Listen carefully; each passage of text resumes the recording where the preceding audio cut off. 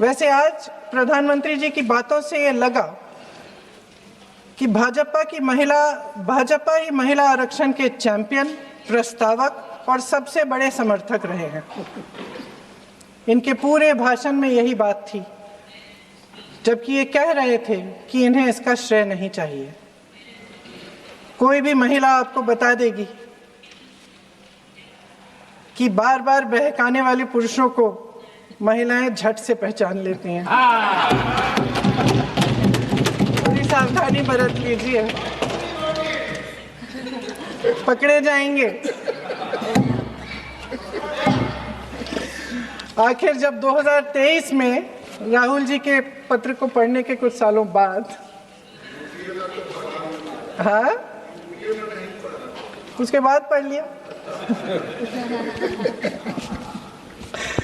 आखिर जब 2023 में आदरणीय प्रधानमंत्री नरेंद्र मोदी जी की सरकार ने यह अधिनियम सर्वसहमति से पारित किया, तब भारतीय राष्ट्रीय कांग्रेस ने अपनी विचारधारा के अनुकूल इसका पूरा समर्थन किया।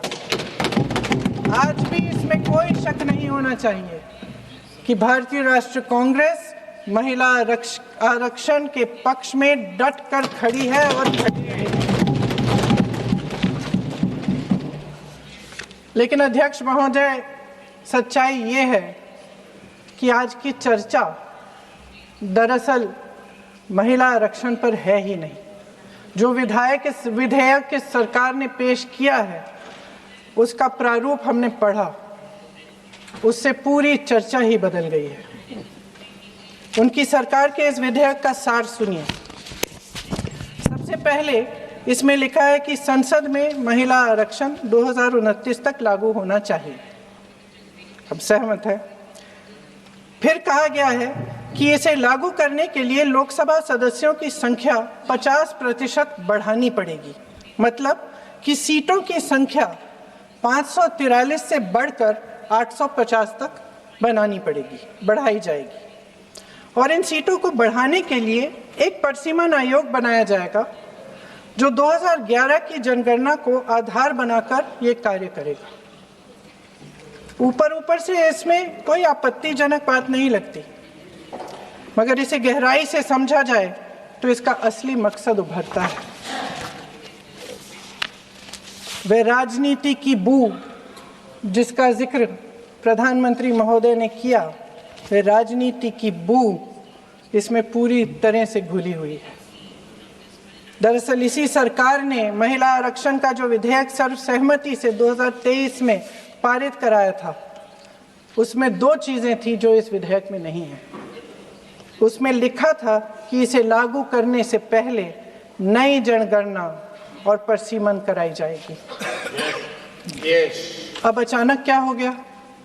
मन बदल गया। वही सरकार पुराने आंकड़ों के आधार पर क्यों आगे बढ़ना चाह रही है, और इतनी जल्दबाजी क्यों? अध्यक्ष महोदय, ये हमारे देश की सच्चाई है कि प्रतिनिधित्व का सवाल जनसंख्या के सवाल से जुड़ा हुआ है। जब तक जातीय जनगणना नहीं होती, सभी वर्गों को उचित प्रतिनिधित्व नहीं मिल सकता। यह अनिवार्य है।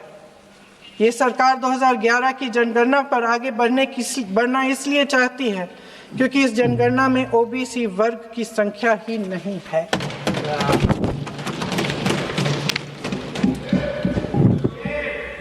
आज प्रधानमंत्री महोदय ने बड़े हल्के में बोल दिया कि इस वर्ग और उस वर्ग के बारे में हम बाद में देख लेंगे। कौन सा इस वर्ग, कौन सा उस वर्ग? ओबीसी वर्ग की बात कर रहे थे कि हम बाद में ही देख लेंगे इसके बारे में। ये हल्के में नहीं लेना चाहिए अध्यक्ष महोदय।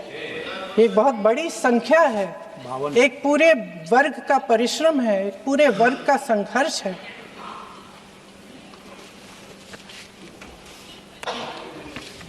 इसे टेक्निकल मुद्दा बता के उन्होंने अपना पल्ला झाड़ दिया। हम इनकी मांग कर रहे हैं, हम इनकी ज़रूरतों को आगे कर रहे हैं, हम कह रहे हैं कि इनको भी अपना हक मिलना चाहिए, और प्रधानमंत्री जी ने उसको एक टेक्निकल मुद्दा बता दिया। हमारे प्रधानमंत्री महोदय किस बात से घबरा रहे हैं? इसी बात से ना कि जब नई जनगणना होगी तो इस ओबीसी वर्ग के असली आंकड़े निकलेंगे।